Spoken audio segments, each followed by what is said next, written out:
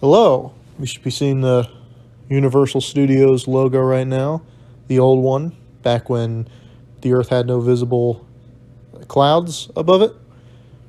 And it had that weird font that looked like it was made of bronze or something. So yeah, I'm basically making this commentary for myself. And with that being said, oh god damn it. I hate seeing that.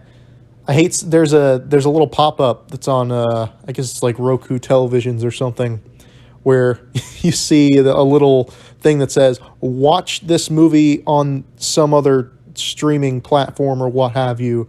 If you're watching it on like DVD, I've seen it happen on even on DVDs and stuff. That is so infuriating. It's like I paid money to watch the movie. That is just despicable. Anyway, this is Jaws. This is Steven Spielberg's 1975 surprise hit, a schlockbuster in the making that happened to go gold. And the brilliant music by John Williams builds up to an amazing crescendo in this scene. And then it just kind of abruptly stops here. You can tell there's some holdover from like the 60s in this scene. At least I feel that vibe. I don't know. I wasn't a teenager in 1975 going to Martha's Vineyard. Because Steven Spielberg did his like short film Amblin, which is what Amblin Entertainment's named after, of course. That guy in the background who's playing the guitar, because this is one of those curses you have if you're a musician, I'm pretty sure he's actually playing what's going on there. So, I mean, I could be wrong, but it looks like he's actually playing that on the guitar. Anywho, so like I said, in case you don't know what Amblin is, basically just about like two hippies. I think I watched it once, but it was a long time ago. I don't remember exactly, but it's pretty. I mean, it's basically like a student or film or what have you, and it's basically just about a couple of young people ambling along, as it were, and it kind of has that vibe. But really, just that opening shot. There's nothing that really feels dated about this movie, to be honest. I actually quite like this film, in case you were wondering why I was doing a commentary on it, all by my lonesome. So I think very highly of this film. So if you don't like it, I suggest you do one of two things. You either change your opinion to be the correct one, or you can simply no longer listen to this. This actress, I don't know what this guy's name is, but this actress, it's Chrissy Watkins is the character, but the actress's name was Susan Backlinie, and this is going to be one of many things that I know from the famous documentary, at least I think it's pretty famous at this point, the Jaws, The Inside Story. It was like a TV documentary. Really great. So I'll probably be referencing that at some point or another. Once again, she was basically hired because she was attractive, she was willing to get naked, and she was willing to do this really challenging underwater stuff. Because it's only one scene. As we'll see later, there's all sorts of troubles that happened during production. And it just goes to show, like, filming on water, especially back then, even this one fairly brief sequence caused so much trouble. And there's lots of weird, you can call it kind of day for night stuff in this. I thought that more so. I think seeing it oddly in HD more so now, I could sort of be convinced more so that, the perspective changes. So it's not too bad. But yeah, all these shots underwater look great. And anyway, so this actress, Susan Backlinie, she had to go through quite a bit because in this sequence where she gets tugged around by the shark and sort of thrashed around, and again, we don't see any blood, by the way, in this opening scene. There's actually not that much blood until like a couple key moments in the film. And when she's getting thrashed around here, it's just a couple of ropes. It's literally just a couple of ropes that they attached to her and pulled her back and forth. And she gets tugged to the side here and there, and I imagine it must have been very painful. From what I understand, she didn't have any permanent damage done to her or anything, but definitely couldn't have felt that good. They're kind of tugging her from side to side here, you see. And then at the end of the sequence, there's one kind of final tug where she's yelling out, and then there's one final tug that pulls her underwater. That's actually Mr. Spielberg doing that. And the audio here is actually really good. It's really good stuff. She really sells like the pain of what's happening to her. Again, we don't see anything. And how they recorded that, they literally recorded her, they looped her saying, yelling out these things while they were pouring water down her throat. And as Richard Dreyfuss put it in the Jaws Inside Story documentary, Steven is actually guilty of a war crime. because they were essentially waterboarding her. But, that doesn't have to go on the record. That's actually, to be completely honest, that's kind of tame by the standards of what people did back then. I mean, this isn't quite William Friedkin levels of just torturing actors. That transition from the nighttime to the daytime is quite good, as are many things. It's interesting to see how Spielberg just had such a vision. He already sort of demonstrated that with, I'd say less so Sugarland Express, but definitely Duel, his first real movie, his first feature-length film, although the story of how that film was released is a tiny bit of a story to it, because it was a made-for-TV film, and they shot extra stuff for it to be a theatrical release, so more so Sugarland was his real first full-on feature, but I think Duel is, because Duel is, to be honest, a much more entertaining film, I find. That movie holds up quite well. Anyway, so I don't just want to repeat facts from things like show us the inside story, because you can just watch that. There's a great line of dialogue here in this scene where Brody here, Martin Brody, played brilliantly by Roy Scheider. Everyone in this movie plays their roles brilliantly. Even these kids are great. But there's a wonderful line here where he says he doesn't want his son playing on the swing because he hasn't fixed it yet, which is a really great sort of subtle foreshadowing of he doesn't have everything under control. Even though he does, it's the ultimate irony of he's aquaphobic, and he lives on this like resort town, this quaint little place which is constantly surrounded by water, and he has to look over people. He's a wonderful contradiction, and even this shot right here is wonderfully framed. I like it a lot, and it's the little things, The movie probably didn't. The framing of that shot probably is not what made the movie the highest grossing film ever made up to that point. You probably didn't need that shot in order to make the movie, a whole bunch of money. But a good director says, how can I make this scene work and be interesting to watch, even though there's no shark on screen? And that's why Spielberg's, one of the greats, especially for films like this. You got a great wide establishing shot here. It's great to have a nice clear view of that sign, which will be the subject of vandalism later on. And there's just so much going on in this movie in the first half, really. They do such a great job, because everyone knows that the second half of this movie, I imagine, is sort of what people think of when they think of this movie. It's like, it's the movie with the giant shark and the dun dun dun dun music, right?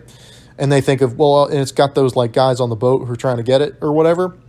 But there's a lot of care and attention that goes into this first half of the movie, and it's really like, it's like the first hour and 10 minutes, I want to say, something like that, maybe somewhere around there. So like the last 50 minutes is with the three of them going out to sea, and that's essentially the rest of the film. And it really banks on the fact that you need to totally buy the environment that the movie sets up before you get to that point. And the way that I've sort of seen it in recent times is the first act of the movie, like the first half of the movie, maybe the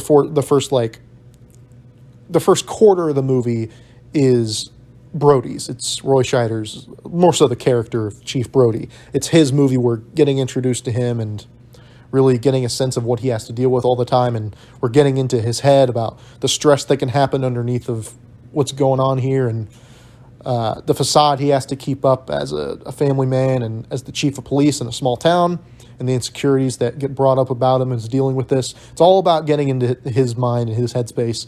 And the second quarter of the movie, basically the first half split up fairly evenly, is Matt Hooper's, they really dominate the first half of the movie in terms of us getting introduced to them and getting in their headspaces and seeing how they interact with each other, getting just a tiny bit of backstory, but not going overboard, never feeling like we have that scene. Because there is a scene, for example, where Hooper sort of explains on the boat, and so does Brody, they sort of explain, they give us a little bit about like their backstory and character context and character development for there, but it's never overdone. It never feels like that's what the scene is doing, because it's accomplishing multiple things. When they see it's when they're inspecting, they see Ben Gardner's boat and all that, and also, it's interestingly shot and it feels like natural conversation, because we're familiar with how the characters interact with each other up to that point.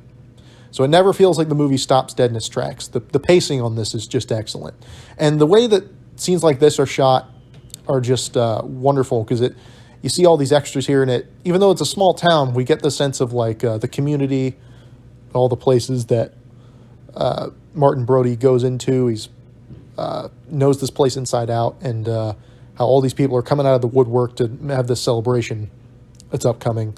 And man, there is something kind of magical about watching this movie on the 4th of July, I find.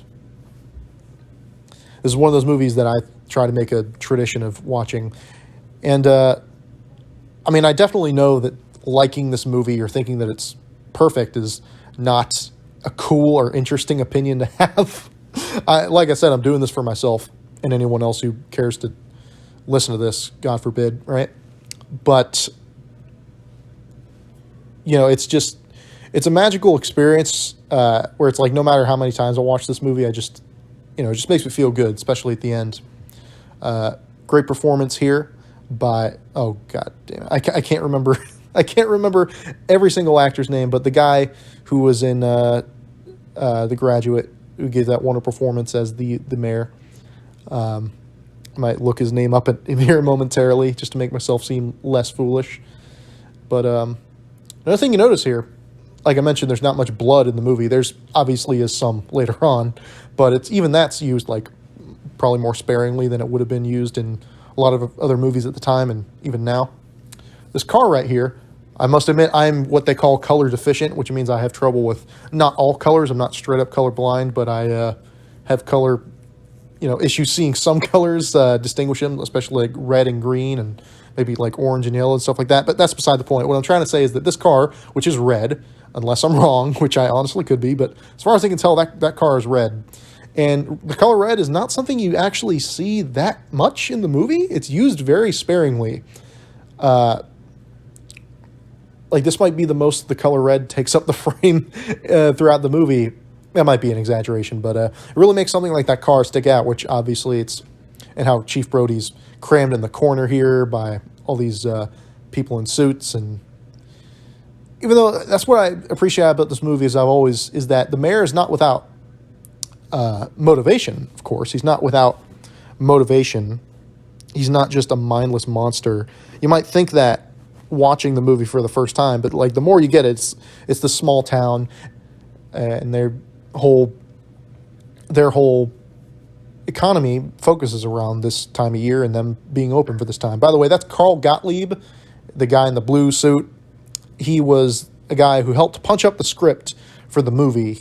I think he honestly helps the movie have its nice tone, because Spielberg purposefully had him come along so that he could punch up the script and make it less dour, make it less of I think he said like a dark sea hunt, and Carl Gottlieb not just add jokes, but to give the overall tone of the movie a different vibe, which, you get, Hooper and Quentin Brody, especially in the second half, all their interactions and stuff.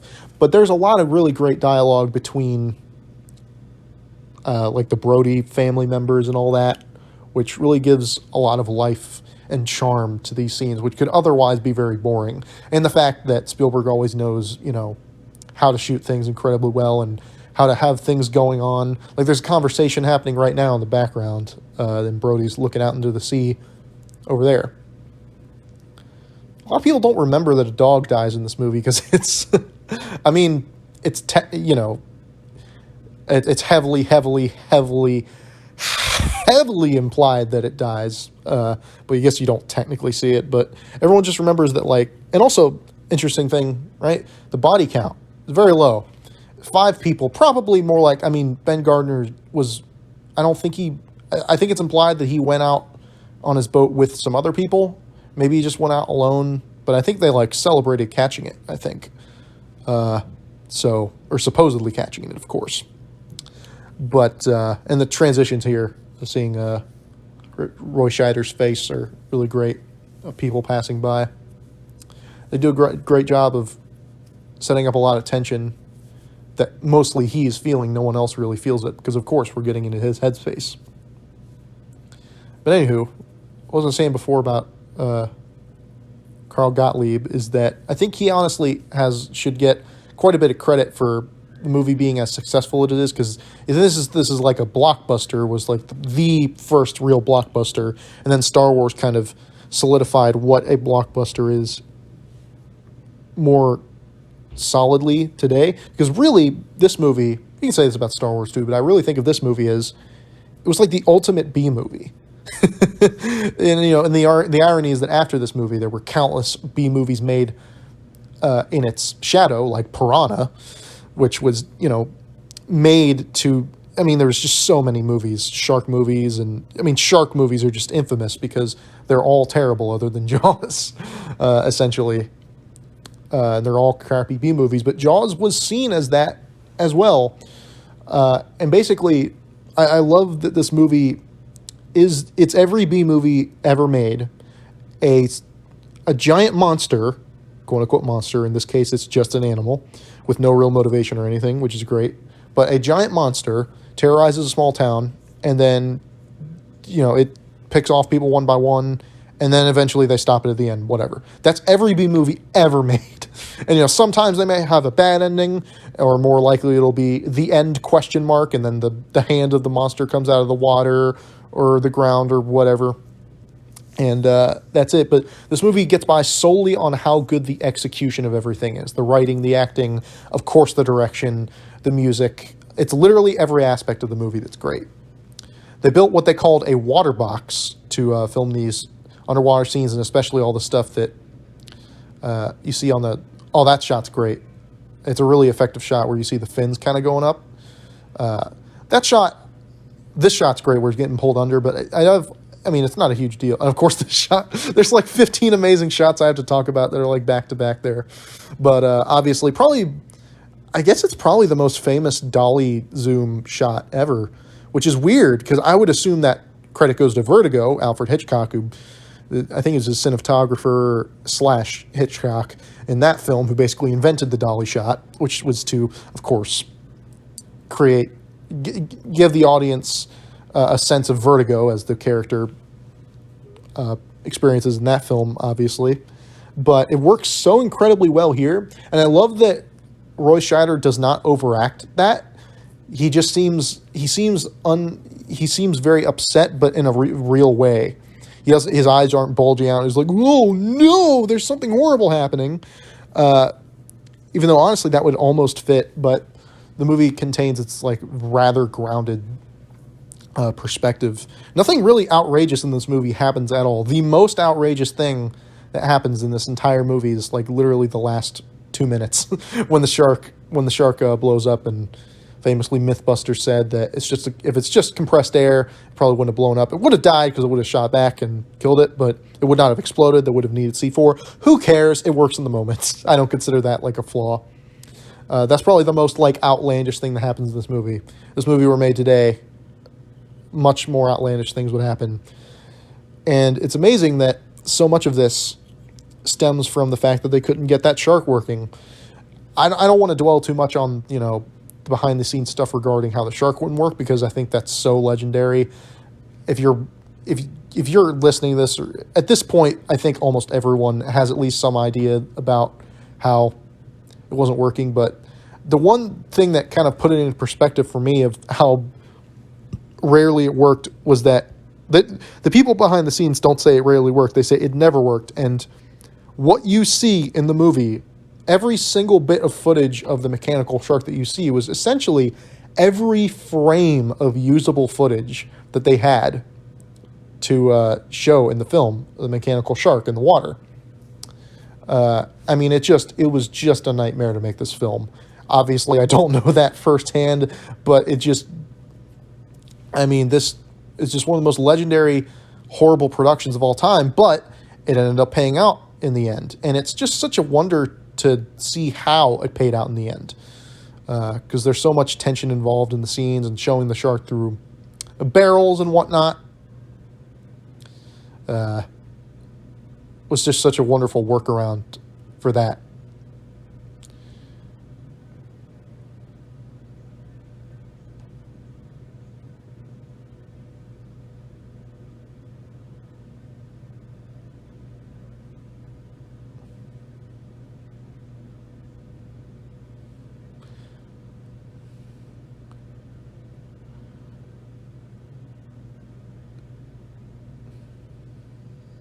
The scene famously introduces one Mr. Robert Shaw and whatnot. And I was sort of getting at before, and we'll see later, obviously. But, you know, I always kind of got a lot of people sort of tend to laugh at the character Quint. And I think you're almost supposed to sort of laugh at the concept of him being in this movie, because other than him, like, if you're watching this movie for the first time, like, everything else about this movie is, like, super grounded and realistic, you know, especially by, you know, blockbuster films by today's standards. But this one scene is kind of a jolt to you, because he's this, I mean, he's Captain Ahab. That's totally what he is. And in the Jaws novel, there's even more similarities, where he basically is just a ripoff of Captain Ahab. And he doesn't speak nearly as much, and I think a lot of it goes to Robert Shaw. His performance and all that really adds to his mystique. And again, people like Carl Gottlieb punching up a script. It's every single element of the film. I mean, even the lines, almost every other line that he says in this movie is extremely memorable for so many reasons. Get you the head, the tail, the whole damn thing, like that. But you know, watching this for the first time without the concept of the context of the rest of the film, it's like, what? There's this weird Captain Ahab from Moby Dick caricature who just, like, gets plopped into this film, and he's all haggard, he's got the sideburns, he's like, I'll take care of the shark if you pay me real well. And he almost comes across as laughable. And to be honest, I almost think he's supposed to, because what they brilliantly did, as we'll see later, is they basically, as you get to know him more, he still kind of comes across as a bit of a caricature at first later on, when you get to see him more and Hooper and Brody interact with him. But they also reveal more about him, and I'm not just talking about the famous speech, but also just the fact that he's joking around more. You see how he can get irritated by someone like Hooper. The interactions with them are great. And I think a lot of it in Robert Shaw's performance, you can also kind of tell that he's definitely hiding some sort of baggage. You know, he's definitely been through something. He's not just like a two-dimensional caricature. There's more under the hood, and then that pays off in sort of a big way. Or maybe I'm just thinking about from hindsight, but I definitely think his performance kind of bleeds that, which is really great. Lorraine Gary is great in this film. Once again, I feel quite dumb for not just listing everyone as great, because everyone in the film is great. But, you know, it's hard to just, as I've stated, I think basically everything about this movie is expertly executed. I just like discussing why. And it's also mildly embarrassing. Like, I'm sitting here in 2023, this film's almost, looks at calendar, 50 years old, begins to rip hair out. This film's just that old. But, you know, at this point in 2023, saying Jaws is actually a very good film just feels like such an idiotic, redundant statement. Like, you're really preaching to the choir on that one. You know, it's like praising the Beatles. I was always embarrassed to praise the Beatles when I was growing up, or say that they were my favorite band, because they were for a little while. And I still think they're, like, number 2 for me. But it was always embarrassing, because it's like, you know, there's some people who say, you're not a real fan of music if you think the Beatles are the best, because that's just, like, the stock answer. That's not. Someone who really loves music and is really obsessed with it knows that this obscure band is the best. But sometimes I think the best is just the actual best. There's definitely films that are deeper than Jaws. Your masterpieces from like Kubrick and whatnot, and so many hundreds of others, right? That you could list as like great filmmakers.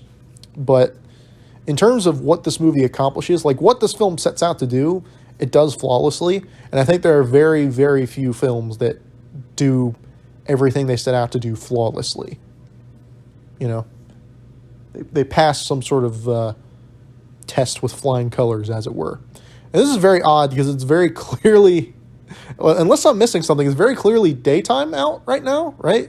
And like this is clearly shot to be included later on. This is like probably the most jarring, like I guess you'd call it an editing error, unless I'm missing something. Is that not daylight in the background? Is that actually like a reflection of something? It looks pretty clearly daylight out. Maybe it's very early morning and we're seeing, I don't know, it looks pretty blatant to me. I love these shots of just actual photographs. Sometimes you can't make up, sometimes you just can't make up all the horror. But yeah, those are pretty, I mean, it works absolutely for the pacing, which is odd. I never even noticed that weird discrepancy, even though it's pretty obvious looking at it now, but that weird discrepancy in terms of the pacing and whatnot with that day for night thing. I'm sure it was from that earlier sequence where Brody and his wife were talking. I'm sure it was from that sequence and they just sort of pasted in, because it works oddly well with the pacing, where right before the shark appears here, and again, we don't see it, but we sort of get a reminder of the visceral carnage it can cause. And Brody's, it sort of reinforces and legitimizes Brody's fears that he's developing, which he ultimately has to face head on later on. And it keeps teasing.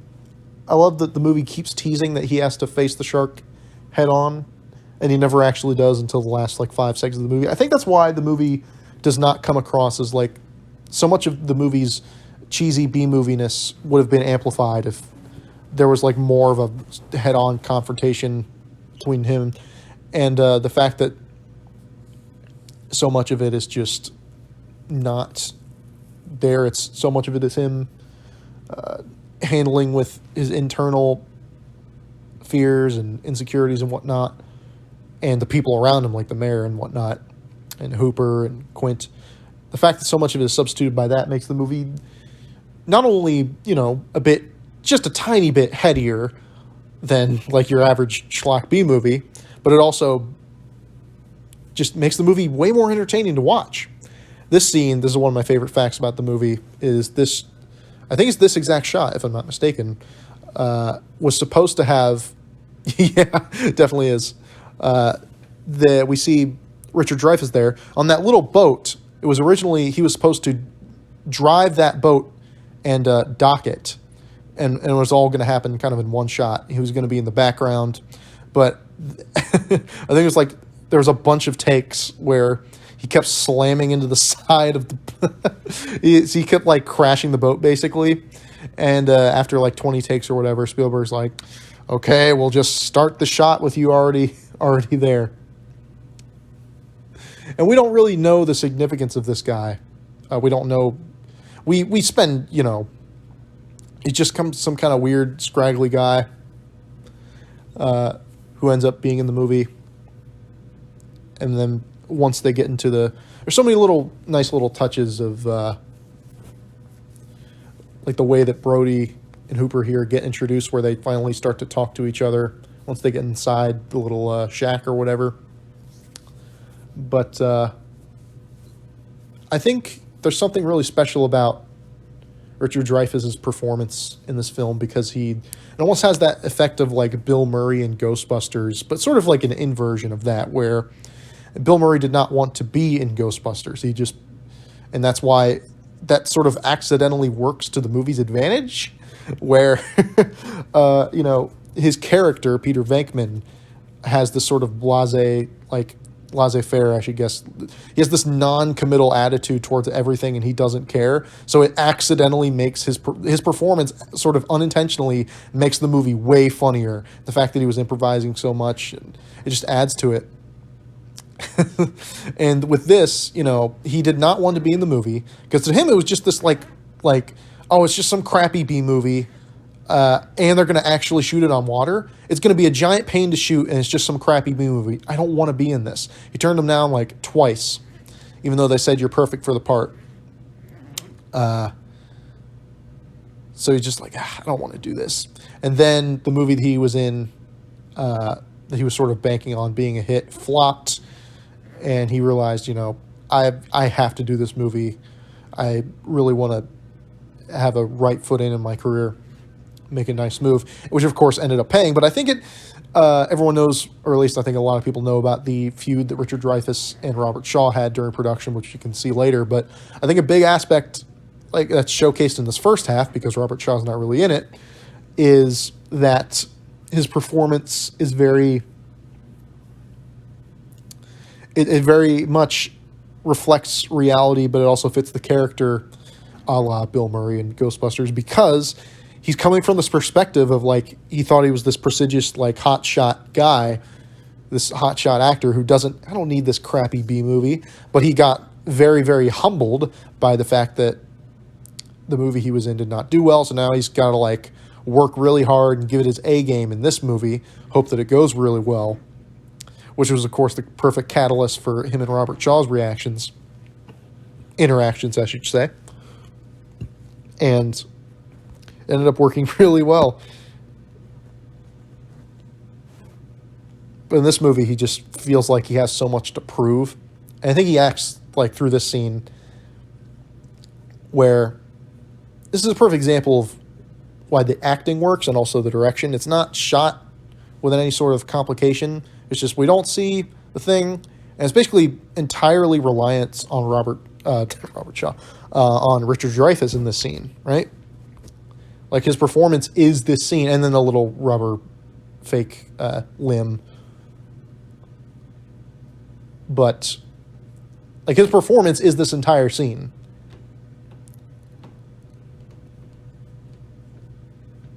And also, the other two actors in the scene, very understated. Knowing exactly how simple to keep things, keep it simple, stupid, of course, it's the famous thing, but the dialogue in the scene and how he's getting more and more sort of queasy at this whole situation and more aggravated on the fact that no one's really done anything major about it yet. He's the guy who understands how serious the situation is. It's all sold very well. It's sold well, but it's also undersold.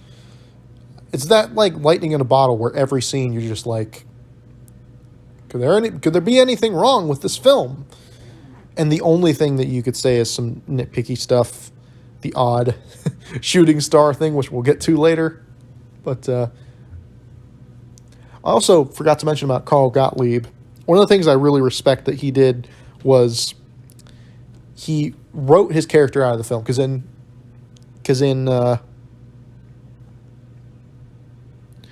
Meadows is his character's name, and in the novel he plays a much bigger part. And I always love that this is like the second time that we see Quint in the entire film, and all he does is just go, he just scoffs. Because that's also the last time we see him, if I'm not mistaken, until the second half, where they hire him to kill the shark and whatnot.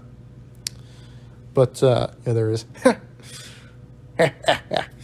But, like, even the first time watching, you obviously know that this is probably not the actual shark, because, well, the movie's not over yet. The movie would still have, like, whatever, almost 90 minutes left, or whatever it is, of runtime. So you're kind of with Quint in that one scene, even though all we know about him is that these like kooky, up to this point, all we know is this kooky Captain Ahab wannabe. Anyway, the fact that Carl Gottlieb wrote his own character out of the film Meadows, he's still technically in it, but his role is significantly downgraded from the novel, just because they knew it wouldn't work. And I don't want to, discredit Peter Benchley for providing, like, much of what works about the screenplay of the film. If I could, I guess I should briefly mention how I feel about the novel Jaws, because I've read it and I don't love it. It's I admire that it tries to do lots of character stuff, because obviously in the book, it doesn't have the same like spectacle aspect that a movie obviously does, but I appreciate that they try lots of character stuff with, there's like affairs happening with Ellen Brody and Hooper and all the stuff with like the mafia and stuff. I appreciate that stuff to a degree, but I don't think it's executed all that well. It just feels kind of hokey, and the fact that all the characters are just completely unlikable. I get it, but I think it's just a matter of execution, and I think that it's executed better in this movie. You could say, oh, Spielberg just softened it up to please audiences, and that's true to a degree, but I'm fine with that as long as it's executed well. It doesn't matter if the movie's not mean and cruel enough for me. I honestly don't care about that.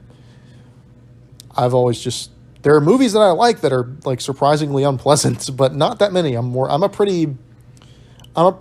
of a soft guy. Not so, my tolerance for like misery in movies, I can definitely get through. I can stomach like a decent amount, but I watch movies for essentially escapism in some form. If the drama's really good, then I'll definitely stomach it, because I'm sort of getting wrapped up in the escapism of enjoying the drama of the film, But it can be tough, This actress, Lee Fierro, I believe is how you pronounce it. She is Mrs. Kintner here. She has a great little moment here, but also it led to, again, a little factoid from the Jaws, the Inside Story, is that people around the world had like asked her at various points to slap them, because the fact that she slaps Richard Dreyfuss in this scene became such a big sort of famous thing for her, which I found interesting, because she really does a good job of there's this great sort of moment of elation where, oh man, like we the audience know that they probably did not get the shark, but just to completely sap all the confidence that Brody just had with, oh man, we probably got the shark, let's go. Just completely sap all that away from him immediately, because the audience is just thinking, come on, you got to know that the shark's not, the shark's got to be still out there, come on. And the fact they do that in a way that really helps sort of drive home the themes of where Brody is as a character is really great.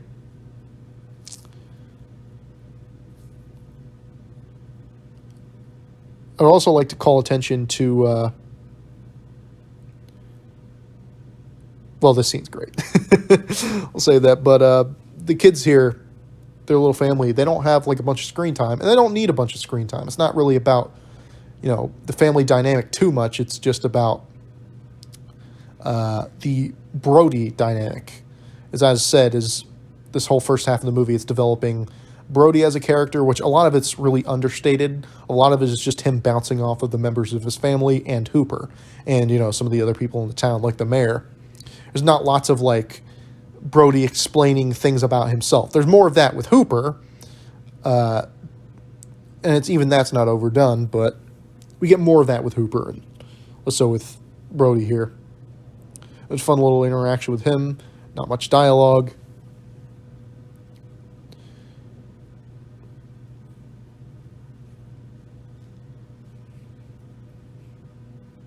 I also wanted to bring attention, Murray Hamilton. Oh my gosh, I feel so embarrassed he plays the mayor.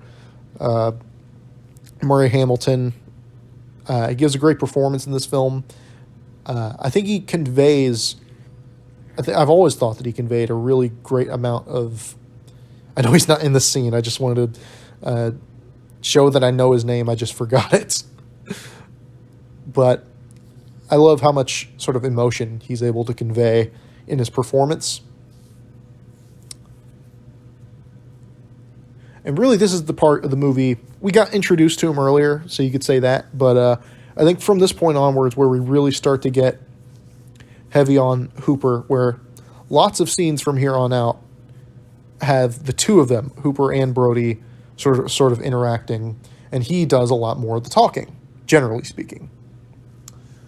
Just because he's more of a talkative character and he's more sort of open, or at least sort of open to discussion more so. Brody's more sort of... We don't abandon one character to completely focus on the other. We just see both of them interact more, which in turn makes us learn more about both of them. Which is why I think it's never really bothered me that we don't get much of Quint until the second half. Because one, he's so entertaining to watch, but also super entertaining to watch him interact with the other two characters.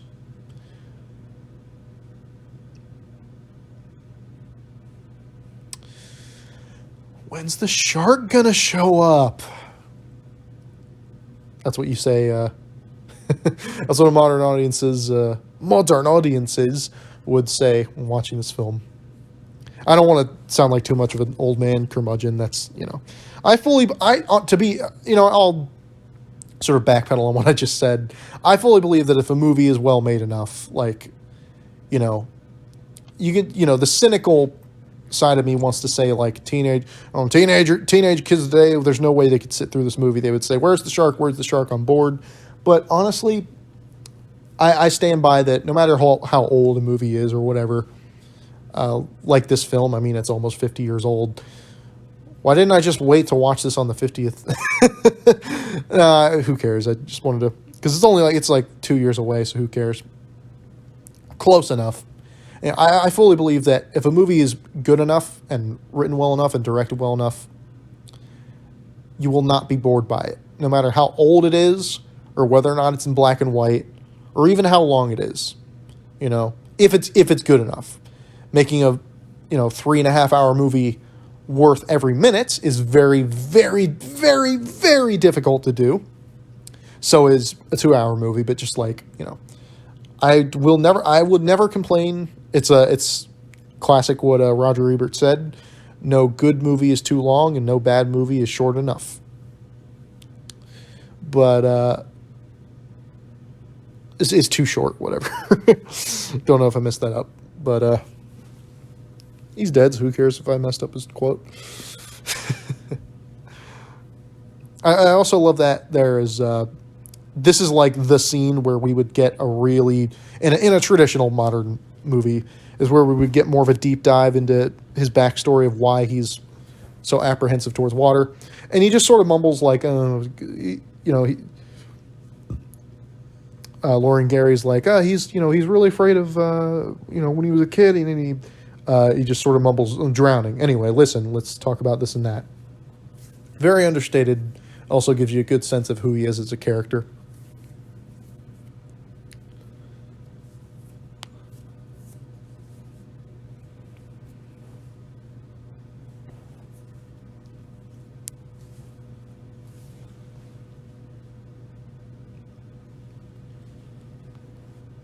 I don't think of this movie as being generally speaking, a lot of people don't think of this movie being particularly quotable per se.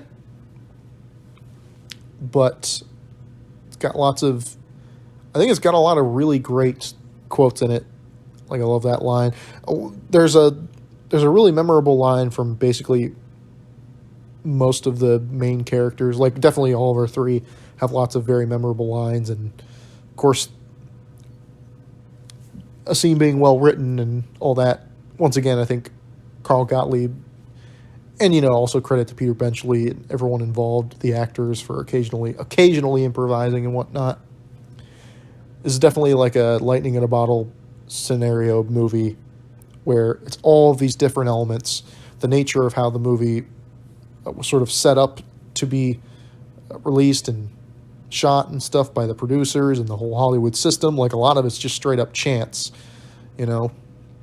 Spielberg happened to have the opportunity to work on this film and all that, and that he would get to work with, get to be able to send it off to Carl Gottlieb to punch up the script, and the fact that got to have access to all these actors, and like Roy Scheider basically just came on board because Spielberg was at some sort of party or something, and Roy Scheider happened to be there, and he's like, I just can't find the right guy for this character in this movie that I'm making. But and then he's like, well, I'm an actor, why don't you just cast me? And it worked out, you know. And that stories like that happen, but it doesn't always mean necessarily that it's going to be the right choice. This is definitely, it's an interesting film, I find, to sort of look back on and study to a degree. Even though I'm not exactly a filmmaker, I admire the filmmaking craft. It's an interesting movie to study to a degree and look back on, because it's so easy to this is a really underrated bit where they're not totally, they're mostly obscuring the bottle in his hand.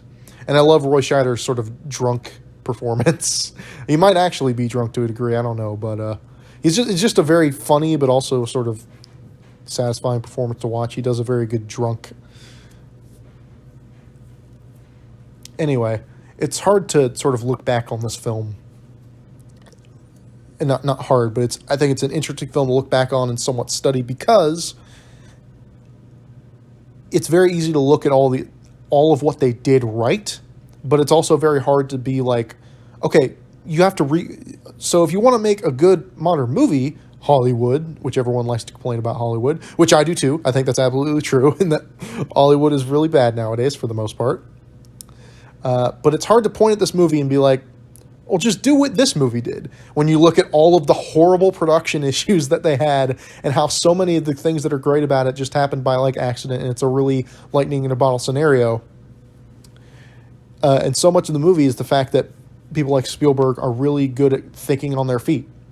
Like, well, the shark's not working, so as he put it, I have to think about how to shoot this movie more like a Hitchcock movie instead of a Godzilla movie. Instead of just showing people getting thrashed around and blood spewing everywhere and limbs are flying all over the place and the shark comes out of the water and it's this great big shot. Instead, you have to improvise and say, well, how about they shoot barrels at him and we see the barrels and we can build suspense that way. And they show the shark just enough. Even though they barely show the shark, honestly, it's still, I never felt like, I think the movie's just so good, and they do such a good job of building up suspense that whenever you see the shark, it feels like a monumental moment. Like when you first see the shark's head pop out behind Roy Scheider. You notice that I'm bad with names. Anyway, when you first see that famous shot that everyone knows and everyone loves, it's so great. It feels like, wow, the shark just came out. It was this huge moment. And you only see it for like a fraction of a second. But it feels like this huge monumental moment, because it is, structurally, because the movie is so well structured, and Roy Scheider's performance is so great in that scene and all that.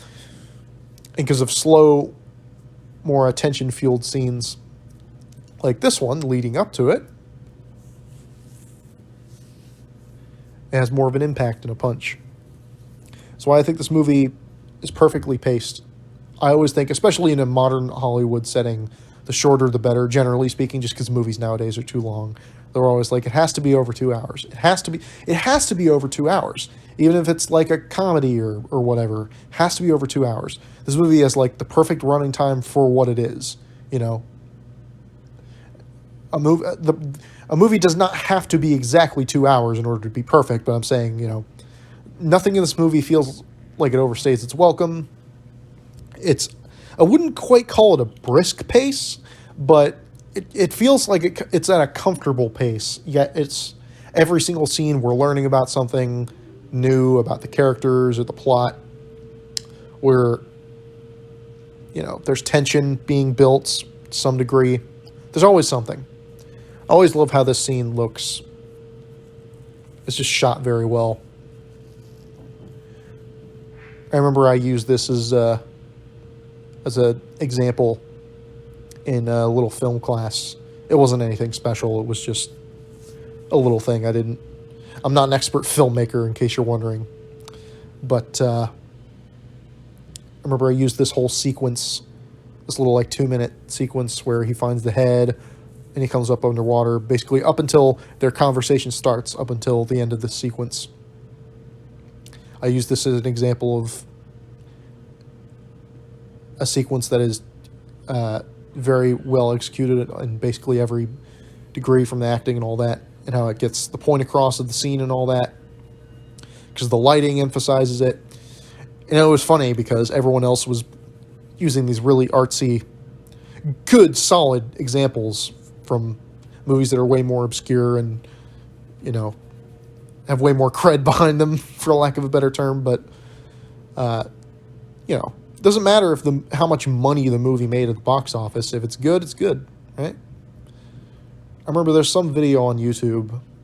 I don't remember. You could probably find it, but they basically analyzed the blocking and the staging of this entire scene. And it's pretty great because it analyzes how the perspectives of the conversation of the characters changes and evolves visually to reflect that visually it reflects what's happening with the conversation, like as characters are trying to, like the shifts in the characters, how Hooper moved from left to right to talk to the mayor, played by Murray Hamilton. I'm never going to forgive myself for not remembering his name, so I'll just say Murray Hamilton at every single opportunity that I have to say Murray Hamilton. So Murray Hamilton in this scene, I'm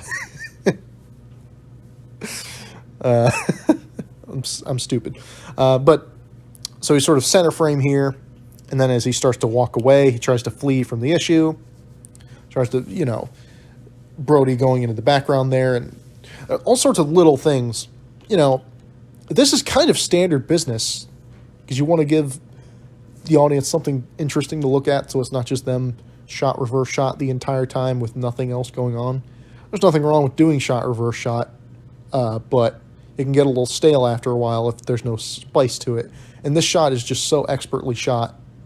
You can really see how, even like in smaller scenes like this, Spielberg had a reputation, up until Raiders basically, he had a reputation for going over budget and over schedule, past schedule. And even in these little scenes like that, you know there was so much thought that went into the staging here and the blocking and the business that they all have, you know, what they're doing in the scene.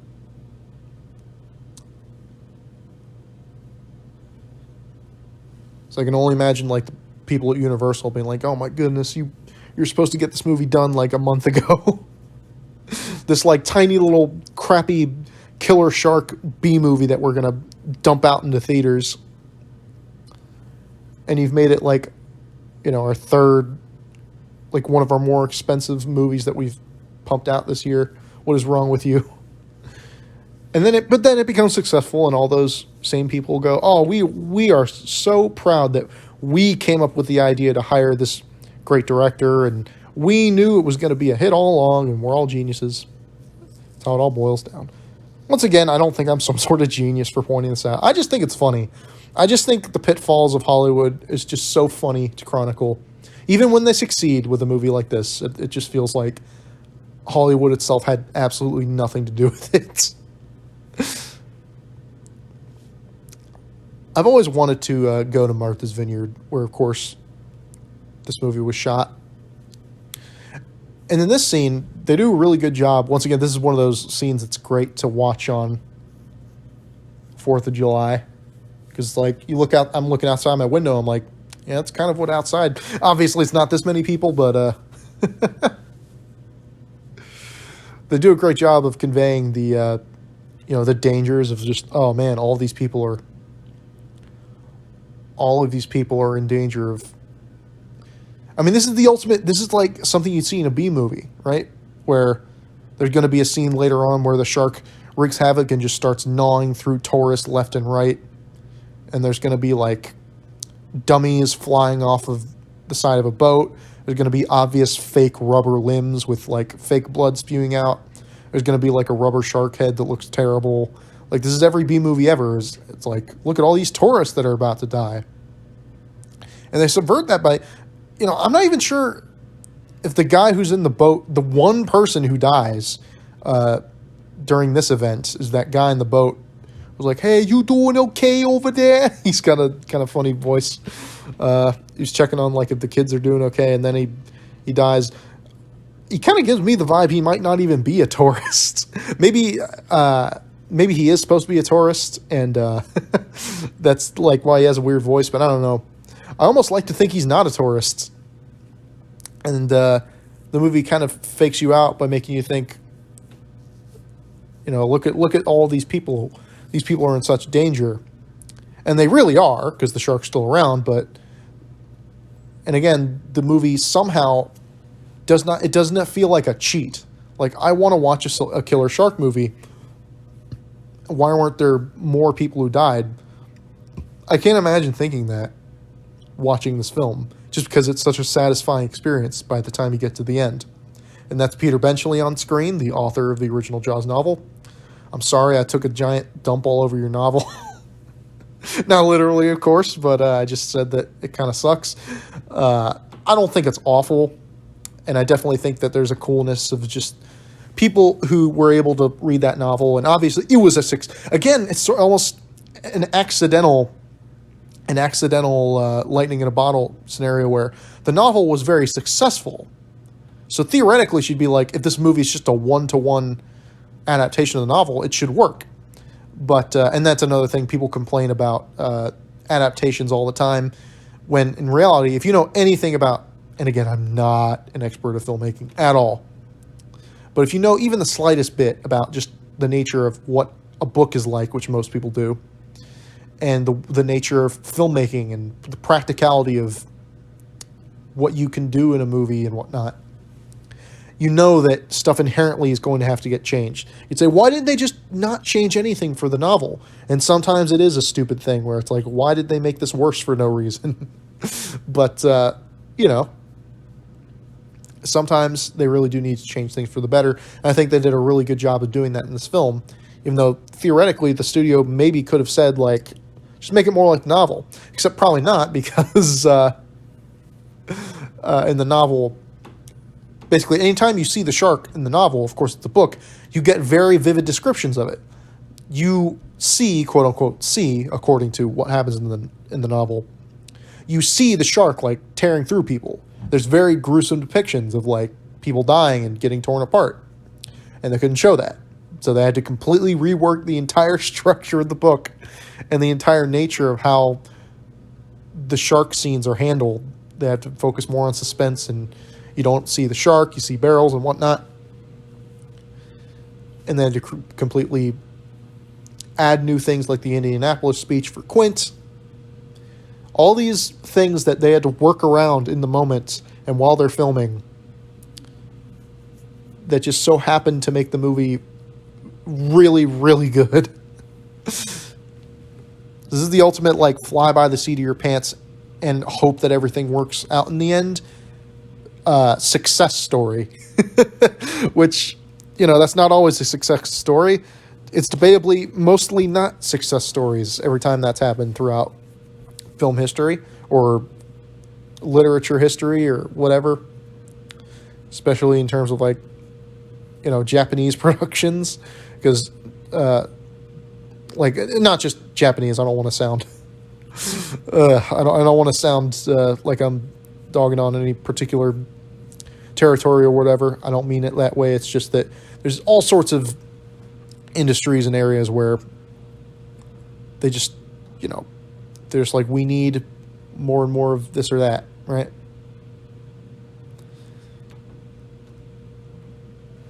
These scenes for this is where that water box, which was literally just a see-through, I guess it was glass or something, just a see-through a transparent box that they had around the camera to get all those great shots where you don't know if it's from a shark's perspective or not, especially since we already had a shot like that when Billy Kittner, and not until recently did I notice that shot of the shark fin, I always thought this shot right here with the two girls in the water, that was the first time we saw that shark fin in the sequence, but you see it in the background of when that guy's on the boat, or maybe it was a chopper. I always like that little detail. It's amazing how I'm still picking up on little details here and there as I get older and watch this film so many times over and over again. And sometimes I don't watch it to like keep out for details. Just watch it just for pleasure.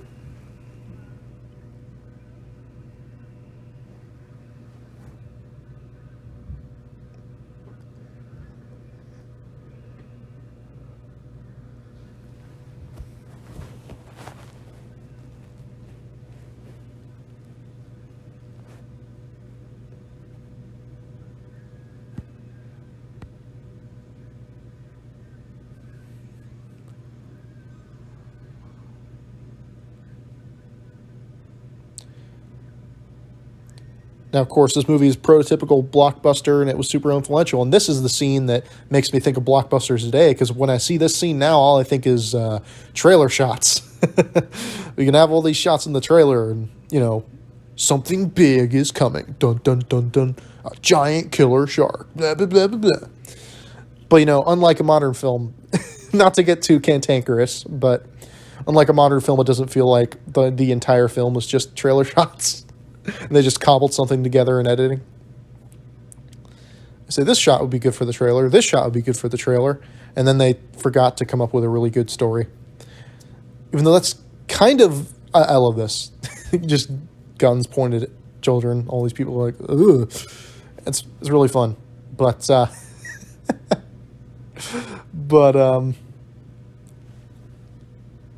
again, I can't... It's a funny film to analyze from that perspective, because so much of this was cobbled together. See, it's hard to you can't recreate this. It's just like getting the right people together who are able to handle with all the troubles that come along with Hollywood and all the BS they throw at them.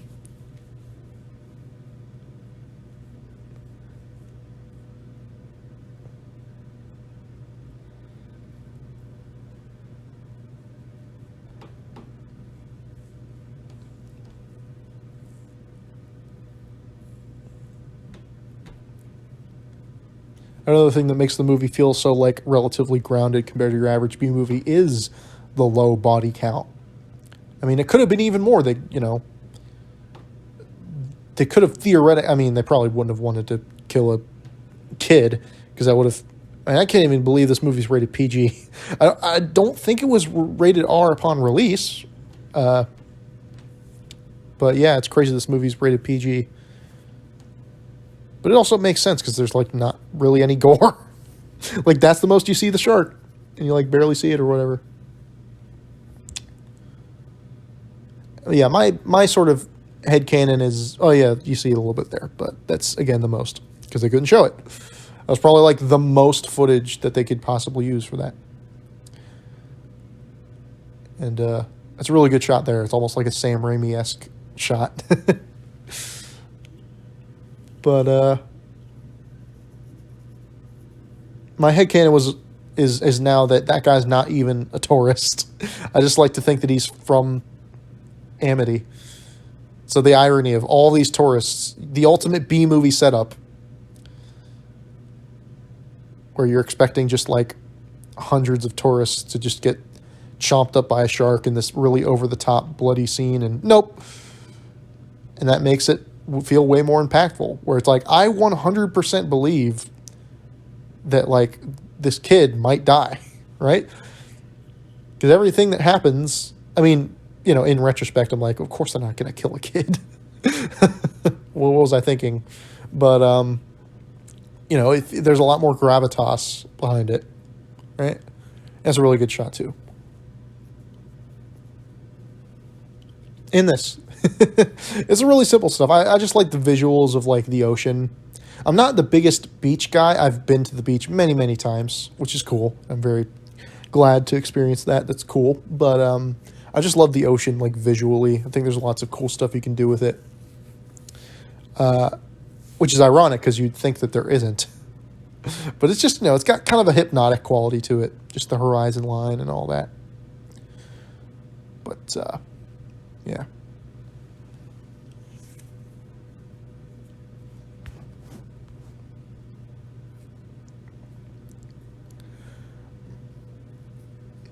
Murray Hamilton. I'm just going to say his name as much as I possibly can. Murray Hamilton's great. Murray Hamilton. Murray Hamilton. I didn't even mean to do it that time. I was just. Anyway, so Murray.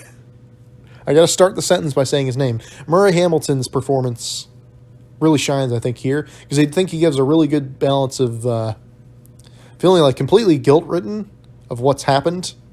And also, infuriated.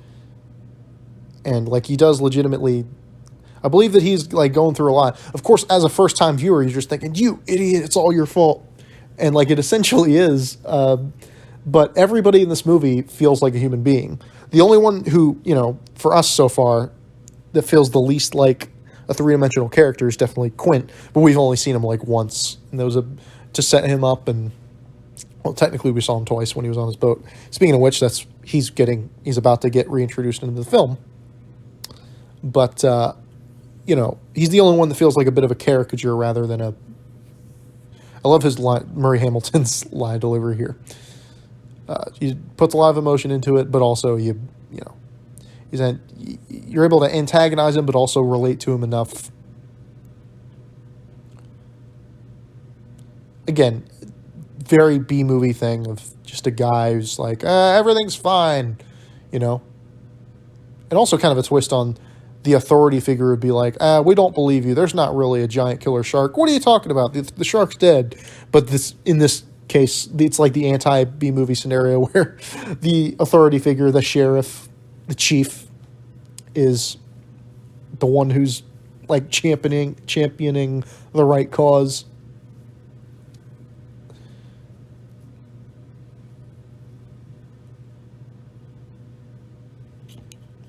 Yeah. Even at this point, we're starting to, as we get more with Quint here, we start to warm up to him. Here's to swimming with bow-legged women. Great line. I don't know if this is a well-known thing. I don't know if I fabricated this in my memory or what. I believe that line was edited for TV.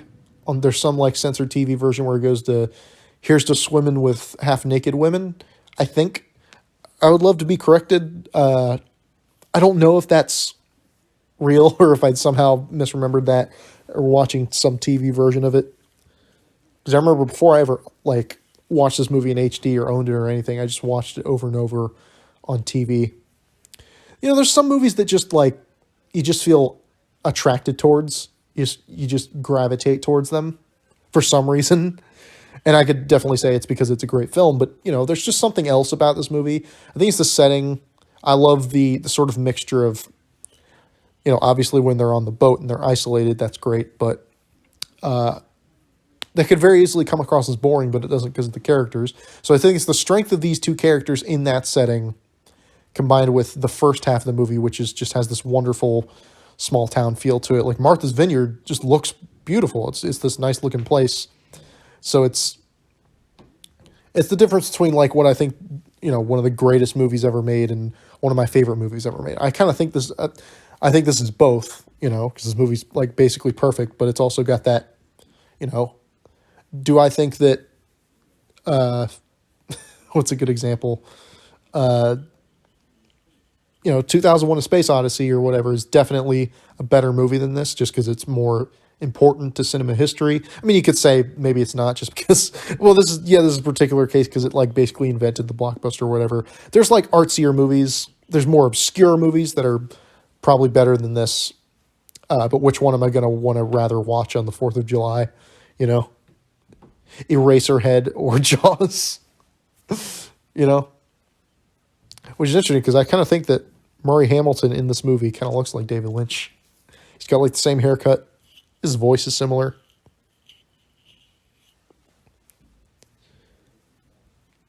I also love the fact that you're wearing like a cuddly sweater in this scene.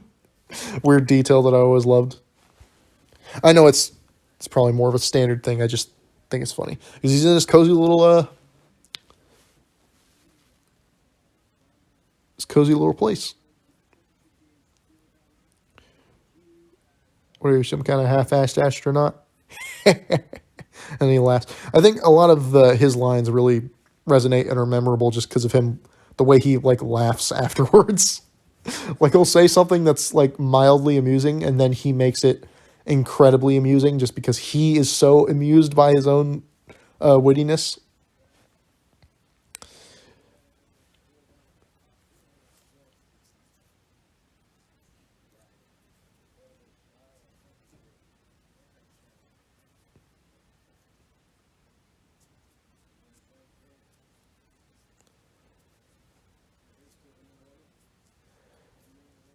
And again, it could just be me. I could be talking like complete bias here, but by this point in the film, I very much feel that, well, more so later on, like they're setting up the shark cage, and I could be biased because I've seen this movie so much, but and I already know what's going to happen. But I think even by the time I watched this for the first time, like the shark cage and whatnot, they set that up, and you're like, well, that's going to happen later, and obviously you want that to be set up, but it definitely rides that line of being predictable, where it's like, okay, obviously there's going to be some kind of scene where the shark attacks, you know, one of them, probably Hooper, in that cage, and that's going to be like the climax of the movie or whatever, or near the end or whatever.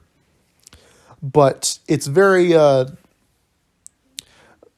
by the time you get to that point at the end of the movie, at least for me, I've basically forgotten about that because there's so much other stuff that happens. They try everything on the shark, and they're like, "Well, we're gonna sink," because there's that moment where it's one of the best moments in the movie, to be honest. Is on retrospect is when he has his big Indianapolis speech. Quint says, "I'll never put on a life jacket again," and I love that he just when he realizes that they're basically screwed, and the only thing left they could think to do is to try that cage. He just hands them their life jackets, doesn't say anything. It's great.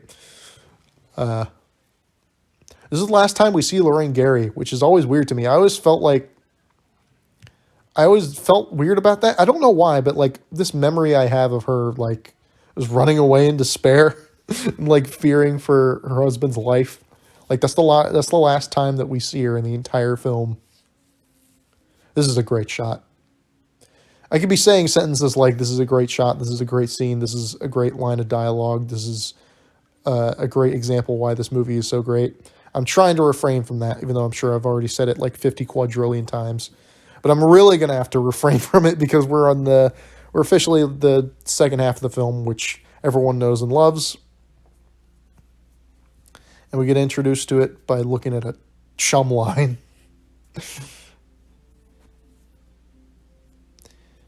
And of course, this is where like this is where most of the stories about the making of the movie extend from, because this is the thing that made the movie a giant pain. Well, the fact that they had to use a giant mechanical shark is definitely the thing, but the fact that they had to use a giant mechanical shark in water, in seawater, they filmed at sea. The fact that they filmed at sea is like the thing that made the movie a giant hassle. And all of that clear coastline. There's so many things that because they had to do this all for real and there's so much pain involved, so much backbreaking work involved in making it, that just makes the movie work so much more, and you feel the isolation of them. And this shot. So is this rear screen projection? Is this blue screen? Like what is this? I feel like the answer is very obvious. That's a great bit where he crushes the plastic cup, but like I've looked this up and I've always been embarrassed because I'm sure the answer is incredibly obvious. I assume it's like blue screen, but like I'm thinking, would they have used that? Would they have used a blue screen just for that, or maybe it's a rear screen projection? Would they have used it for that one shot? Because it does not match at all. At least it doesn't look like it matches the background to me.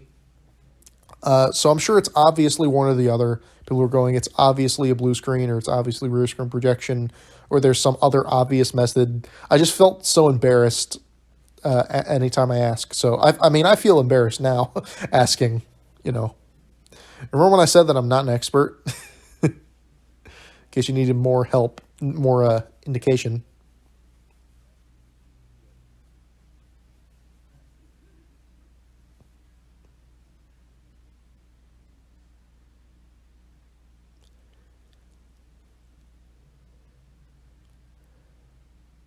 This is a little scene that this whole sequence is great, great tension. All it is just you hear the little ticking of a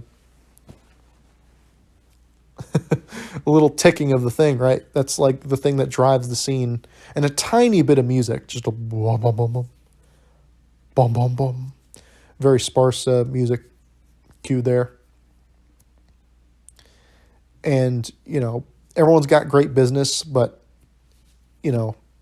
the scene is very calm and understated. It's the ratcheting of tension. No one really notices that Quint is doing what he's doing. I love the bit where he ties the knot. He's like, "Hey, I got it." It's this like great crescendo that the scene builds to. It's so effective, and it's using so little.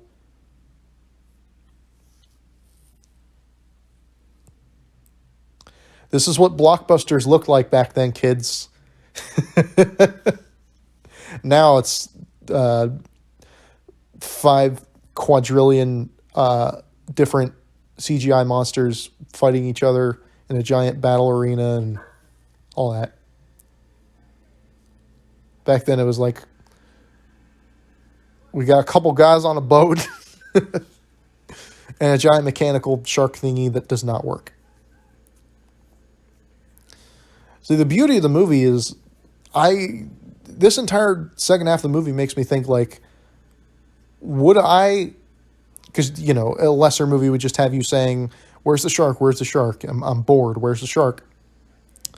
Because there are movies where you feel that way. It's like crappy B movies where you're like, "Okay, this is one of those boring talking scenes. Let's wait until the monster."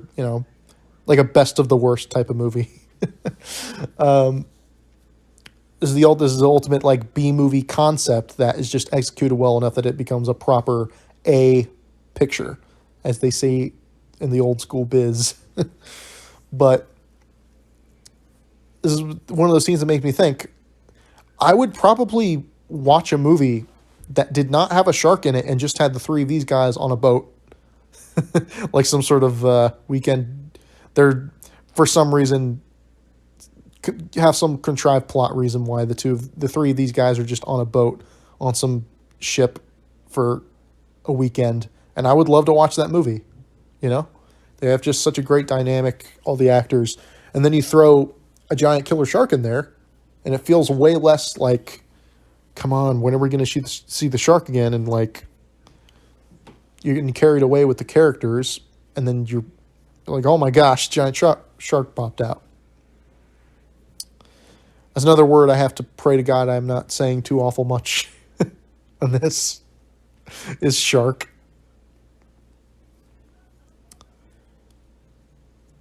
Yeah, I definitely don't want to overuse any words or say them too often. So anyway, Murray Hamilton gives a really good performance in this scene. Nah, I kid.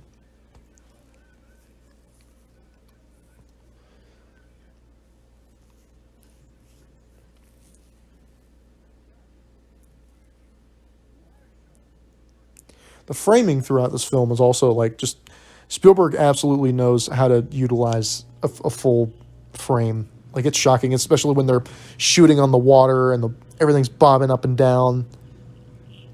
Everything's handheld. They talk about that in the amazing Jaws: The Inside Story. I know, again, speaking of phrases that I'm just repeating, Shark, Jaws: The Inside Story, and Murray Hamilton. I'll just say them all again. But that documentary I absolutely recommend. Is fantastic. It's a little cheesy. The narrator's like, "When we come back, Jaws breaks out and makes $1 million at the box office." It's a little cheesy in that respect. It's a little behind the music. But that's fine. I think it's a little charming. But great interviews from lots and lots of people. There's another documentary that's very popular and liked. That's The Shark Is Still Working. And that's cool. It has like Richard Dreyfuss in it. It has Robert Shaw.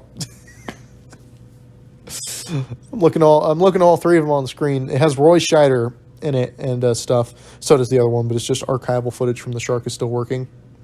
That one's cool, but it has a lot to do with like where props from the movie ended up today and stuff. And I'm assuming at least a lot of that information is probably outdated to some degree and stuff. I'm just, it's a cool documentary. It's a really great documentary if that's what you're more interested in.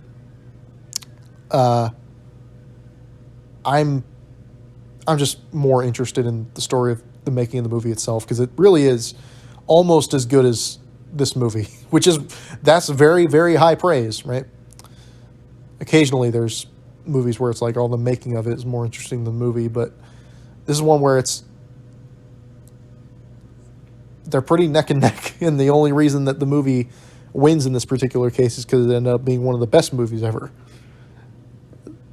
If this was just some like dollar grade B movie, as it may have been it probably wouldn't have been as interesting to hear the making of, but then it would definitely be like, especially Spielberg went on to do something bigger after this.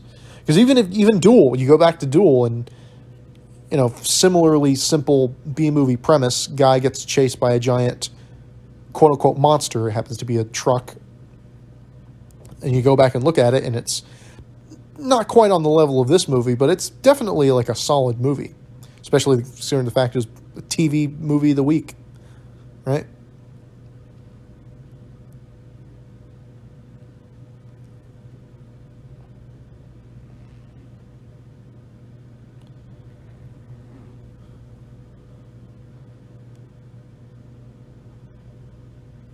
Of course, this is one of the scenes that I think it's Roger Ebert said that this scene is where Spielberg plays the audience like a piano, because it gets you to laugh, and then it gets you to come out of your seat from, you're scared from seeing the shark.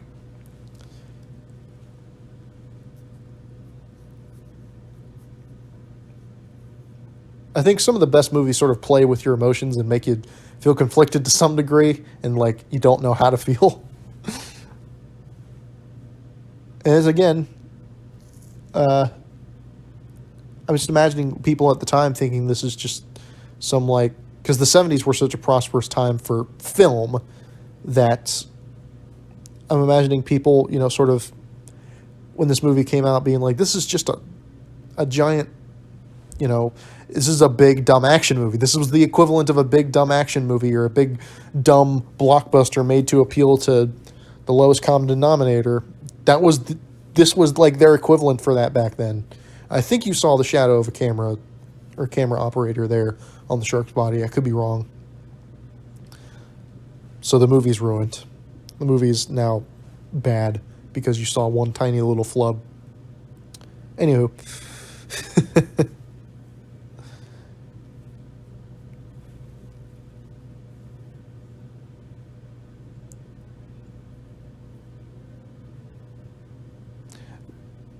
Now, I would be curious to think, there's a famous video, I don't know how famous, but there's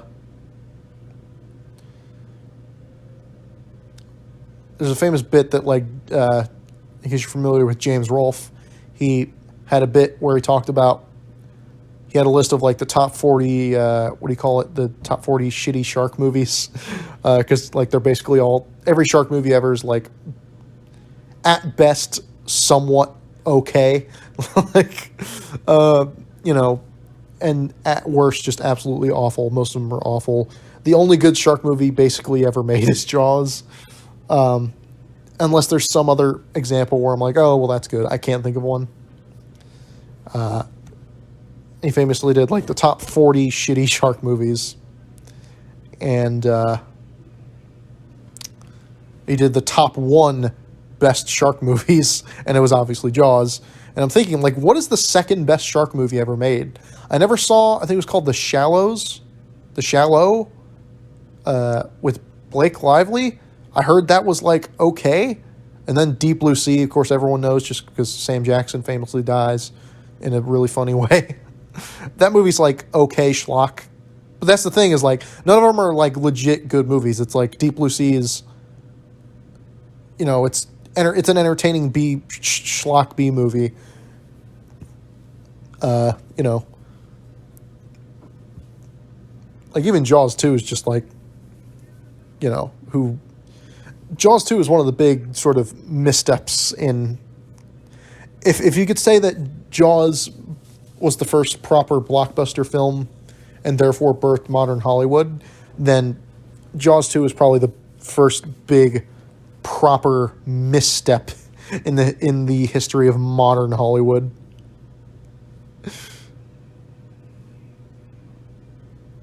some classic Spielbergian editing here, where some of the wider shots, the shark, we can definitely tell the shark is approaching faster. Like here, it sort of skips backward and forward in time. Time gets extended for the sake of ratcheting up the tension.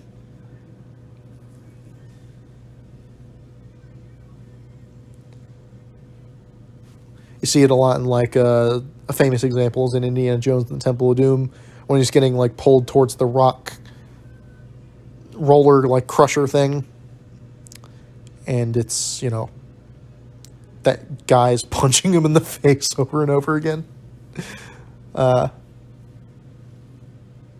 There's some editing done there, and you know, when Indiana Jones and when in Raiders, the door is closing and he needs to get up there in time so he can get through it. It's a very common, you know, editing is used like that literally all of the time in movies in ways you don't even recognize, right? But it's interesting to think about that, especially with knowing how much of a pain this was, of how there was, I'm sure, like a bunch of footage almost got damaged because one of the boats that they had all the film on like sank at one point, and all the footage almost got completely destroyed. All the film, rather. I love these shots too. Like these shots look great. Just something about the lighting of them look great in this silhouette here.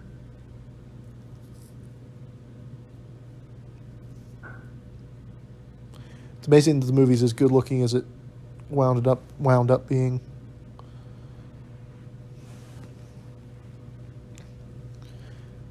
And obviously, the legendary sort of rivalry between Richard Dreyfuss and Robert Shaw was another example of why the movie worked, why it ended up making the movie better. It's just their natural chemistry. And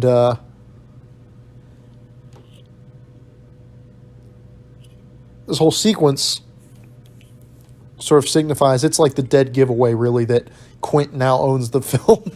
I mean, it was already kind of obvious, but yeah, I mentioned much earlier that the first half of this movie is sort of split up between Brody and Hooper, right? We're introduced to Brody first. We spend some time with him. Then we're introduced to Hooper, and we spend some time with the both of them. We get to know more about Hooper, and we also know more about Brody, a little bit about his backstory, but not really. And we just learn about them as people and get closer to them together. And then, so it's sort of, the two of them sort of share the first half of the movie. And then the second half of this movie is Quint's movie. Is absolutely his movie. And the interactions that they have, I mean, Brody still has that, you know,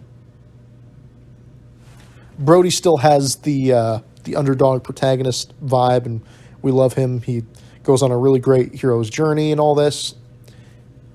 But this whole sequence with Quint leading up to the speech, which is, of course, one of the most famous speeches in movie history, it's famous for a reason because it's so good, but it's also, it completely recontextualizes him. Up to this point, and of course, before we get that, and even after, once they start singing afterwards, we get more of them just feeling together. So it's not just, it does not feel like an arbitrary, we need, even though it totally is that in conceptually, well, it doesn't feel when you're watching it like we just need a scene where Quint feels more like a person, less like a caricature.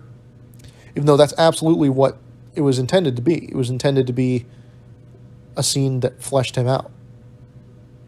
But when you watch it, it sort of naturally segues from this scene where they're all sort of bonding, the scene where he tells the harrowing story, and then they all start singing. They all start singing songs together, and then all of a sudden the shark comes.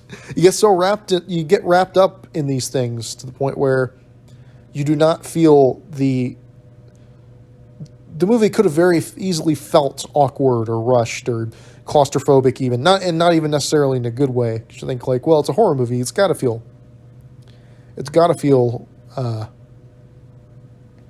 more claustrophobic, but it can be in a bad way where it's just like visually repetitive and all these things, the way that Spielberg utilizes a frame, the music, the writing, the brilliant performances, and everything working together in tandem just perfectly.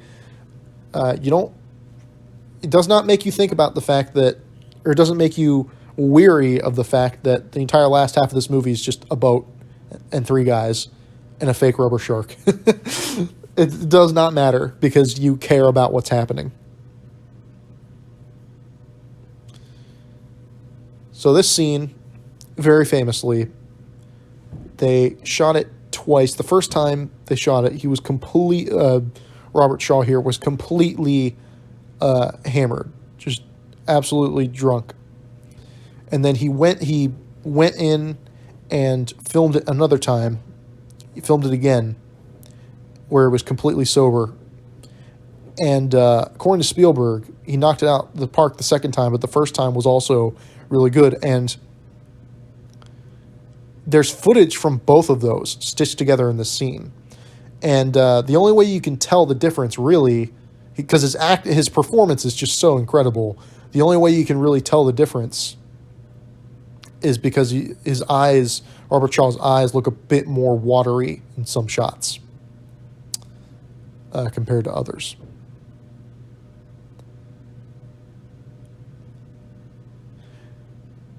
And this speech was had many contributors. It started off as this giant, I want to say like 10-page or 5-page or 3-page, several pages long, just speech, this monologue here.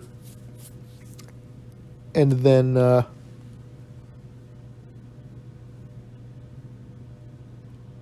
they whittled it down to, significantly shorter, but it all packs a punch, and all the different people involved had their own contributions. I believe it was Roy Scheider contributed the has black eyes like a doll's eyes bit. I think that was his idea, I think. Now, it does cut occasionally. They kind of had to because they're stitching together two different performances of his. It would have been nice if it was just like one uninterrupted shot of his face, but it doesn't feel like they're cutting around it too much. It still feels very like intimate between you and Quint, and obviously the two other characters in the scene.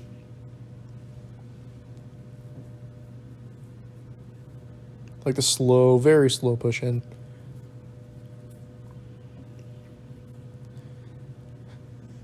And I love that when he finishes his speech, he just sort of stops the speech, and then they don't say anything. They just kind of move on because you don't need anything else. He tells a story. Like the last thing they say about it, they ask, "You were on the Indianapolis?" And then Brody says, "What happened?" And then he tells a story, and they don't say anything about it again. They're both just kind of shook by it. Brody especially sort of doesn't. And you can see in that shot, like, what a great sort of underrated little bit from there. With just that one look from Richard Dreyfuss, you can tell that Brody sort of takes that information more internally and it sort of recontextualizes how he views himself and everything he's dealt with compared to what the horrors of this guy, of what he went through, and that they might suffer a similar fate. Like, all these questions go through his mind. And Hooper, just from that one shot of him looking at Quint, feels like it completely recontextualizes how he feels about this guy. Just like that probably recontextualizes how we, the audience, view him. He went from this, like, whatever over-the-top caricature Captain Ahab wannabe to now this guy has like almost like a modern-day version of a Captain Ahab, where a 20th century disaster. I mean, it's the Indianapolis situation, this like horrific thing that happened, feels, especially, obviously in 75, it felt much more recent because it was more recent. It was only 30 years beforehand. So the fact that it just completely recontextualizes this event and this character to be much more contemporary and raw definitely give the movie more of a not just an edge, I would say, but more of a raw emotional connection and a heart. As cheesy, as incredibly cheesy as that might sound. But we transition from that scene to a scene filled with tension, and now it's chaotic. They got to put out a fire. It's knocking things out. Oh my gosh, so much, like it's like a giant.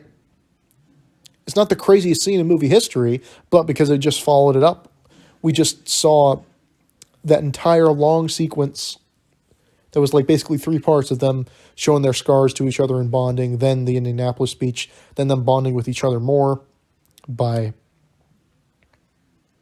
singing together. Now, immediately, a shark attack. Again, it's going to the way that the film is paced and whatnot. It's far more important than how often we see the shark on screen. You're not even thinking about the fact that you don't see the shark very often at the screen at this point, I don't think.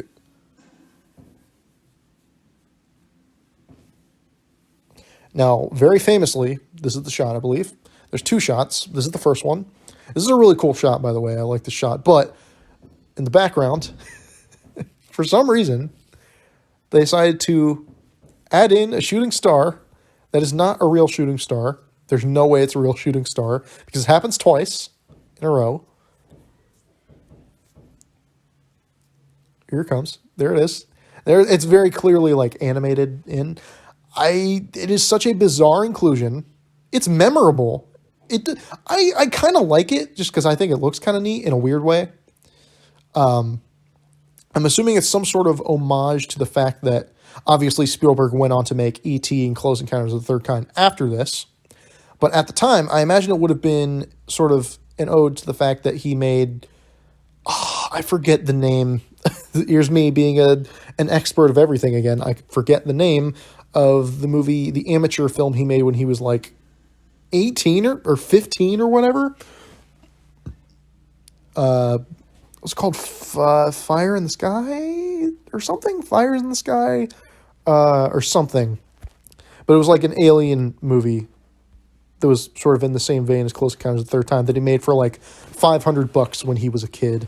And I love the fact that he showed that in like a local theater or whatever, and it made a grand total of $501. I love that. That's a really cute little factoid. But it's also, once again, Spielberg being ahead of the curve. That's essentially how Hollywood productions are nowadays, because they put out these, $500 million budget movies, and then once you factor in marketing and distribution costs and all that, all these different things, the movie needs to make like $1 billion in order to break even. And then they're shocked that it only made like $700 million or whatever. Remember, kids, when you see the production budget listed for a movie, it's a lot more than that. A lot more than that goes into making these giant Hollywood movies. Make your movies cost less. Make them cost less. That's the moral of the story for today.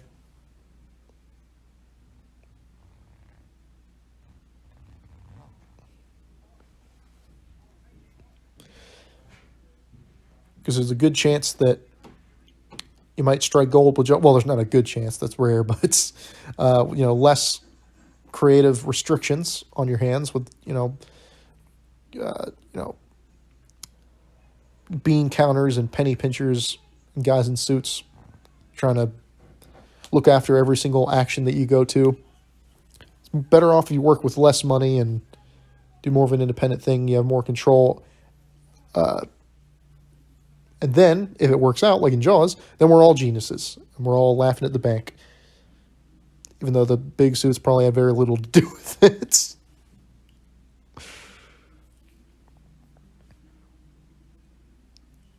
It's amazing how simple it is to just describe what makes a good movie a good movie. It really is story. It really is just... And story, I always think of a good description of story to me as, plot and story are not the same thing. Plot is the events. Oh, that's definitely... I never noticed that before, but you see a very super... I don't think I've ever noticed that before in that shot that we just saw where the harpoon went in. It was a very obvious shout of the camera. and the cameraman there, which of course means that the film is garbage. Now that we know that flub is in there, I kid, of course. I'm being completely sarcastic. I love seeing stuff like that in older movies and like this, because there was no painting that out back then. What you got was what you got. So much blood, sweat, and tears went into making this film, and little things like that really showcase it, and prove how much of a commitment this was and all that. And like, this sequence is exciting, and it shouldn't be, because all we're seeing is a barrel. It's just a barrel, but we know what the shark is capable of. It roughed them up, and the boat's in bad condition, and it pulled the barrel under the water. Is it going to do it again? Are they going to be able to get another shot on him? We know where each of the characters are coming from. We're cheering them on, but we're also worried that they might, suffer an attack from the shark. But anyway, so I'd heard it described to me that, like, the plot of a movie is, the things that happen, the events that happen in the order they happen in. Characters of the movie speak for themselves, the people that experience the plot and whatever, people that are involved, the characters. And then the story is like the combination of the two. It's the point of what's ultimately happens thematically in the movie. So, the plot of Star Wars is two droids have plans for the Death Star, and finally a small farm boy named Luke, and Obi-Wan gets involved, and then they ride on a Millennium Falcon to the Death Star, and they meet this character, and this happens, and this happens. The story of Star Wars is, much more about, there's a small-time farm boy who goes on this grand adventure, learns more about the world around him, things like the Force and whatnot, and eventually becomes part of a bigger cause and things like that. It's very broad stroke stuff, and we want a good story, even if the plot may be a little nonsensical at some points, plot holes. No one cares about plot holes as long as if the movie is good enough that you don't think about small inconsistencies in the plot, or even kind of big inconsistencies in the plot, No one actually cares that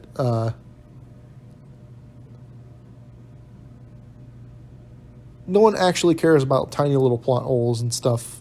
It's like Ed Wood. It really is like Ed Wood said. Filmmaking is not about the tiny details, but about the big picture. Now, that's obviously a joke, because that's meant to be sarcasm, because there's details that matter, but in a broad sense, it really is true, where you care about, like, details, like the fact that details are important, like that tiny little bit there where Hooper gets caught on that rope there, and that always stuck out in my memory, because that looks like it really hurts. But you don't need that in order for the movie. The movie didn't need that in order to make however many hundreds of millions of dollars. But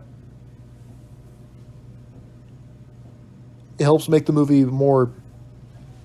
It's just one of those tiny little things that add up over time to make the film much more of a consistently enjoyable experience and more kinetic.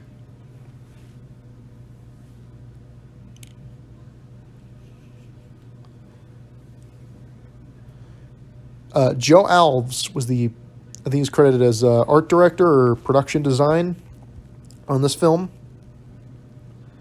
And he designed the shark, or at least he mostly designed it. And his concept is interesting, because I don't think he added the jowls. The shark famously has, like, jowls, which I guess is not technically accurate to how sharks look. But they kind of added that because of the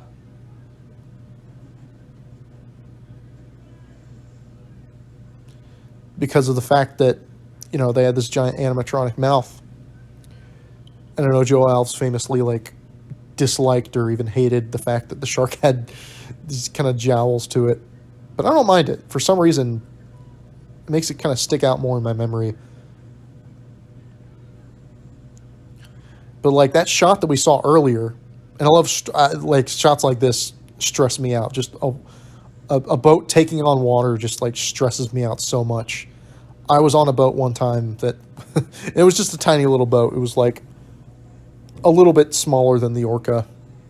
I was in a boat that was taking on water, and it was just like the most terrifying thing in the universe.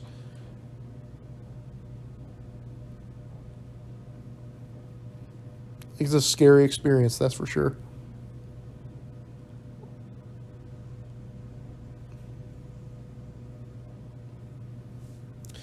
And in HD, you could definitely see those barrels were like being held underwater.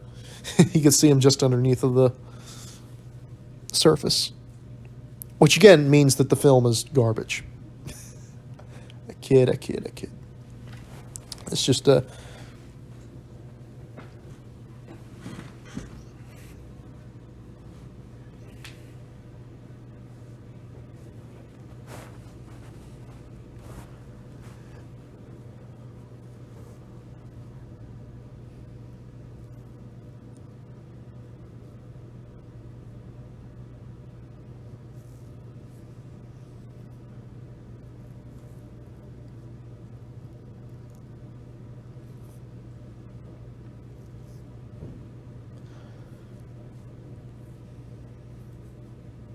Goes under the boat again, which is a really great.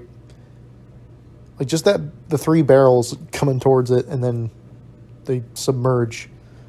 He went under the boat again. Just a really great, simple way of getting that across.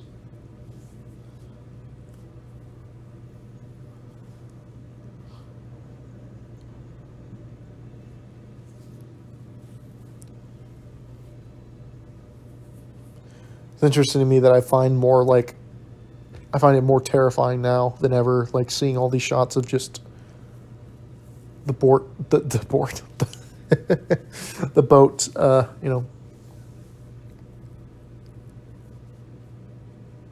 the boat tilting and whatnot, just like terrifies me.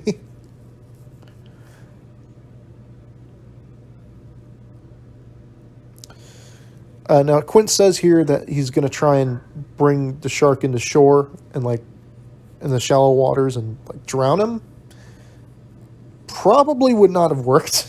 I'm assuming that's the point. Is like at this point they're desperate. Like Quint's desperate, and he's sort of in denial. And even like, even causes the engine to kind of blow out, overheat. It's just like, I love that Quint really is, he's like terrified at this point. He's almost in denial. Once again, lending credence to the fact that this is essentially his movie now.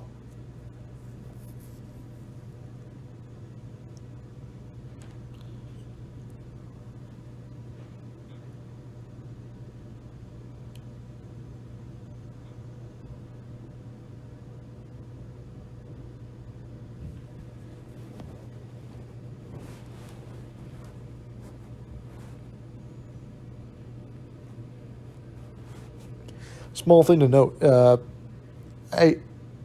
I forget. I'm again embarrassed that I don't quite remember this off the top of my head. I forget at what spot, but the farewell and adieu, ye fair Spanish ladies. John Williams incorporates that little theme into a score. Nice little touch. I forget at what spot that happens because I'm a fool. That's a great little chaotic thing there. Just blowing up stuff.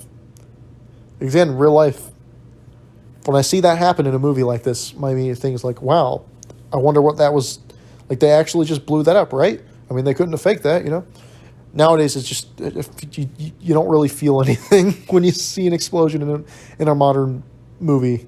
Not really. I mean, it can happen, but even that little thing, you know, that's like the only explosion. Well, wow, I'm an idiot. Because obviously there's another explosion at the very end of the film, but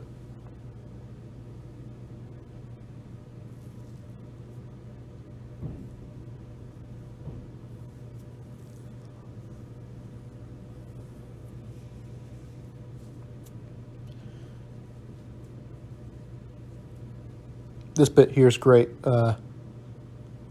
As I've stated before, where he just hands them the life jackets, especially after saying, I'll never go in a life jacket again. The whole bit's great, and the way that Spielberg uses the framing throughout this entire film is really great, because I always thought at the end there's one shot where Hooper's underwater at the cage when the shark first gets him. There's a lot of negative space on the right side of the screen, and you're like, well, obviously the shark's going to come in. But really, if you watch the movie, there's lots of negative space used constantly, and the movie very sporadically will have something. It always feels like the entire frame is what it is, and it never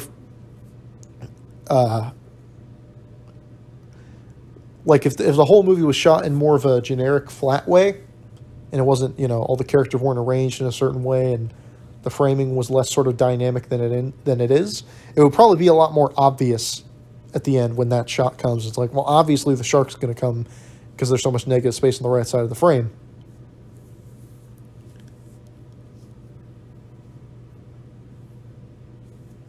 It gives you an appreciation for just like the simplest things. Like, no one cares about the framing and stuff, or the sound design or whatnot. That's another thing. I really love the sound design. We'll get to that in the underwater stuff, but in this scene, the score, because I would not say on the whole that this is like one of John Williams' greatest scores. Obviously, the main theme is what everyone knows and remembers, the dun dun dun dun dun dun dun dun dun, and that whole motif is used brilliantly throughout the film. But really, my favorite pieces of the movie, like this whole montage, is pretty short, but it's great. And I think the music in this part is probably like the best piece in the film.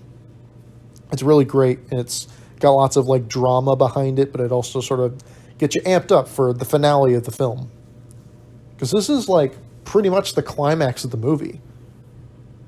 Once this sequence starts, when it's like, because this is literally all they have left.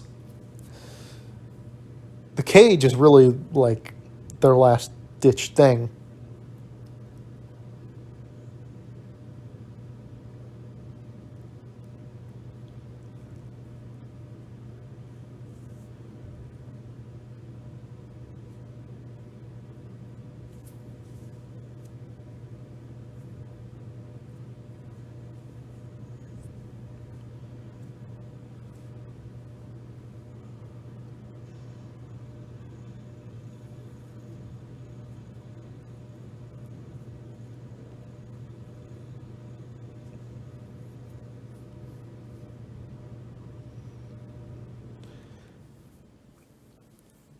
Now, the real life live action, not live action, it's all live action, but the actual real shark footage in this scene is really great. And very famously, there was a thing with, they had a little person, is that the right term? A little person, I think that's the right term. If not, I apologize. But they had someone who was about 4 foot something, standing in a smaller cage, and they unfortunately had a little mishap with him. He turned out fine, but they didn't realize they needed more air. And then they realized, so the real life shark like broke the cage and got tangled up in the cage, and you see that happen, which I always thought was a little incongruous. I love that shot, the shark like fading into nothingness. That's awesome. The people who shot the real life shark footage for this sequence said that when they saw the finished sequence, they couldn't tell what shots had theirs, and they had trouble telling. This is the shot I was talking about, where the camera glides over and there's a little bit more negative space on the right, and there's not even like as much negative space as I remember there being. Very well done shot. I love that. Of just immediately, they don't mess around with like Hooper just has no chance of doing anything about this. And a lot of this, I believe, is filmed in a pool. I think some sort of a big tank. And most of these shots of the animatronic thing look pretty like pretty good, like fairly solid. There's a couple here where you can you can definitely tell, like especially in HD and all that, you can tell that like some of these are. That's the one that probably looks like the most hokey. Was that one that it was just sort of a static shot. These other ones, I think, because the camera is so like has more of a kinetic shaky, not shaky cam like action movie shaky cam, but has more of a kinetic, chaotic feel to it. That one shot was just more static. It didn't quite look as visceral, so it looked a little bit more phony. But overall, it blends like pretty well, especially knowing how much of a pain it was to get this whole movie to work together. And they famously had to change the script of the film because of this amazing footage, because the small person, was not in the tank. So they had to change the script because they had this amazing footage of the shark flopping around and getting stuck in the cage. So they had to let Hooper live and change the script, which I think was like, a pretty good decision.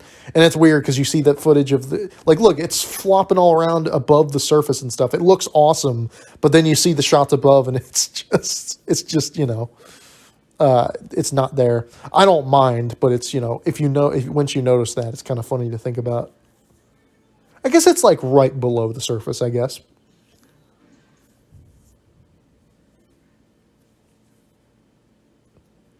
Like all that stuff looks great. But once you notice like the thing with the jowls, with the fact that the fake shark has like the weird jowls, which again, I like the look of those just because I guess I'm used to it. But once you notice that, you can definitely tell the difference between the two of them. And the fact that the real shark in a lot of those shots is just a head moving towards Richard Dreyfuss. Or I guess it's not Richard Dreyfuss in the tank, I assume. Not for most of it, anyway.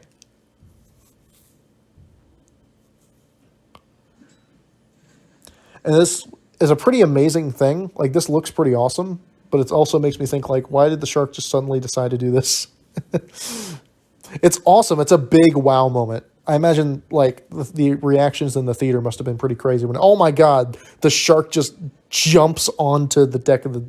It's pretty awesome. And this right here is, this has got to be, like, this is definitely, like, the bloodiest, goriest thing that happens in the movie, and it's so tame by today's standards. I think even back then there were way more, like, gory, bloody things in movies. But it's definitely, like, a very visceral, real thing. Especially since Brody just has to, like, climb up there and watch this all happen. And you could say that, I don't know, maybe some would say that Robert Shaw's kind of hamming it up. I think he does a very good job of selling the visceral nature there. It's a very funny outtake, and I love when he just gets... That shot where he gets dragged away into the water is so good. That looks awesome. The door just shuts there. That's great. But there's a very funny outtake where he's spitting out that fake blood and yelling, and it's very funny. But it's very visceral in the finished movie.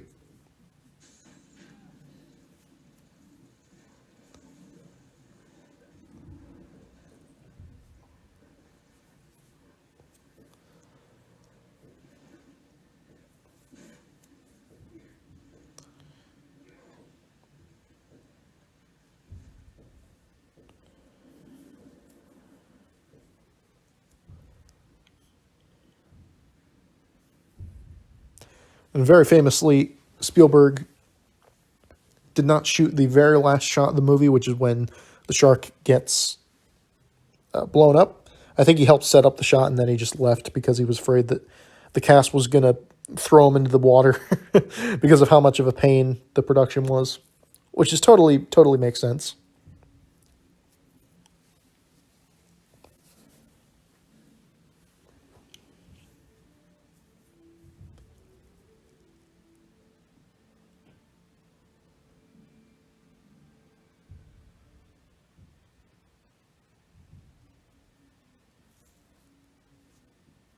And then I think that became a tradition. I don't know if he's held it up for all of his most recent movies and whatnot, but I believe that's a tradition that sort of holds up to this day, is that Spielberg never shot the last... For that shot that you saw there, where it was rising out of the water, not these, but the previous one where you saw it like first rise out of the water, I don't know exactly how they did that. Like, it's very impressive that they got even as much footage, knowing that the shark literally never worked, like at all. And basically every frame of it that you see in the finished movie is every frame of usable footage of the fake shark is really impressive, knowing that it was just so like that shot where it rises out of the water looks really cool. Even if you could say it looks a little hokey, but I think the framing of it and the way it rises out looks cool. And of course, this is all great. The music here, classic. It's like give you goosebumps moment, classic one-liner. And then the audience cheers so loud that you can't even hear the giant explosion sound effect. Would have been amazing to see this in the theater in 75. And then all these guts and stuff look really cool. I like the sound design here, but it is a little, because like this is I guess this is an homage or a carryover. I believe it's the same sound effect that Spielberg used at the end of Duel when, spoiler alert, the truck goes off the cliff and it has like this death, and you hear this like roar, this monster roar. It's like a lion roar or something. It's a mixture of different animals maybe, and I believe that sound is like mixed in, where you hear this like, and it's like kind of has that underwater quality to it.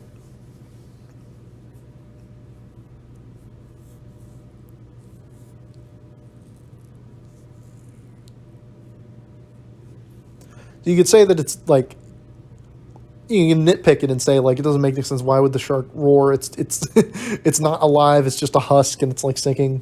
But it works in the moment just because it's. I always thought it was more so like sound design than literally the sound that is occurring in the actual scene. You know, it's just a cool kind of underwater sound. And it really sells that like this giant beast has been slain, so to speak.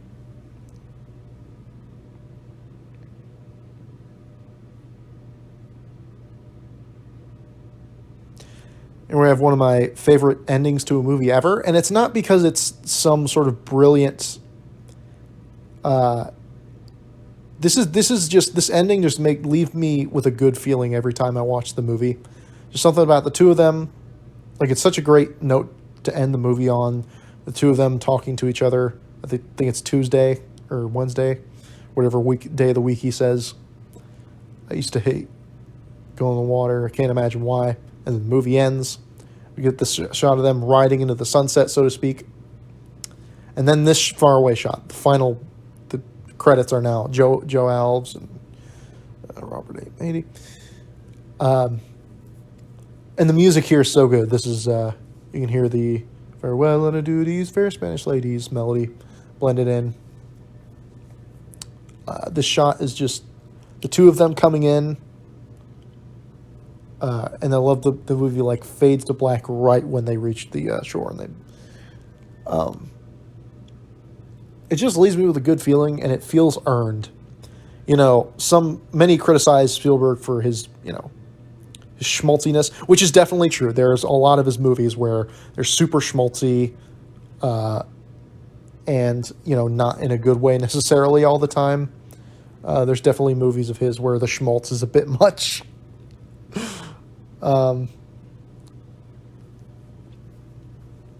But in this movie, it feels earned. It's not overdone, and it's hard for me to explain why I think this ending is just so satisfying. It just sort of is for me, and it's because the movie leading up to that last like 60 seconds. I mean, you saw how short those credits were. That's one of my favorite things about going back to older movies is just realizing how short the credits are to so many of them, and how overly long the credits nowadays are. Now I'll be filled up with CGI artists for Shark, and it's like 500 names long. I'm sure they were all underpaid. And back then it was like, 25 people made the movie. It's just crazy to think about. Anyway, thank you for listening and watching to Jaws. Will listening to me. If you did, you're a crazy person. And thank you.